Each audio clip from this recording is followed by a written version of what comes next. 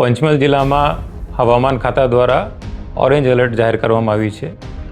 જે ફોરકાસ્ટ છે એ પ્રમાણે આજે રાતથી શનિવાર સવાર સુધી ભારેથી અતિભારે વરસાદ પડવાની શક્યતા છે. પૂર તૈયારી માટે તમામ ગામડાઓમાં અને નગરના વિસ્તારમાં તમામ વિભાગની ટીમોને અમને સેન્ડ ટુ અલર્ટ મોડમાં કરી દીધા છે. પંચમહાલ જિલ્લામાં આપણી પાસે 2 SDRFની ટુકડી છે અને 1 NDRFની ટુકડી છે.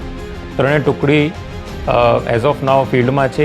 જે લો લાઇંગ એરિયા છે, જ્યાં પાણી ભરાવાની શક્યતા છે, સંભાવના છે, આવા વિસ્તારોની મુલાકાત લઈ રહી છે અને સૂચન પ્રમાણે જરૂરિયાત પ્રમાણે આવા લોકોને અમે એડવાન્સમાં પણ ખસેડવાના છીએ, જેથી રાતે અગર ભારે વરસાદ પડે તો પછી રેસ્ક્યુ ઓપરેશનમાં તકલીફમાં ના પડે.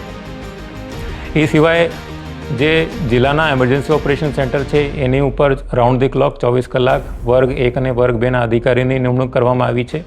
તમામ તાલુકાની અંદર વર્ગ 1ના અધિકારી જે છે એ હાજર રહેશે, જે સ્થાનિક પરિસ્થિતિ છે એના ઉપર નિગરાની રાખશે. કોઈ પણ એવી ઘટના બને એને ઇમિડિયેટલી એના ઉપર રિસ્પોન્ડ કરશે. પોલીસ ડિપાર્ટમેન્ટ, પંચાયત ડિપાર્ટમેન્ટ, નગરપાલિકા, RNB તમામ ડિપાર્ટમેન્ટ જે છે એ હાઈ એલર્ટ ઉપર છે. નાગરિકોને ખાસ મારી અપીલ છે કે ભારે વરસાદ હોય આ સમયે ઓપનમાં ના નીકળે અને રોડ ઉપર જ્યારે પાણી ઓવરટોપિંગ થતું હોય ત્યારે બિલકુલ જોખમ ના લેવામાં આવે. કોઈપણ પ્રકારનું વાહન આવી જગ્યા રોડ પર ક્રોસ કરવાનો પ્રયત્ન ના કરે.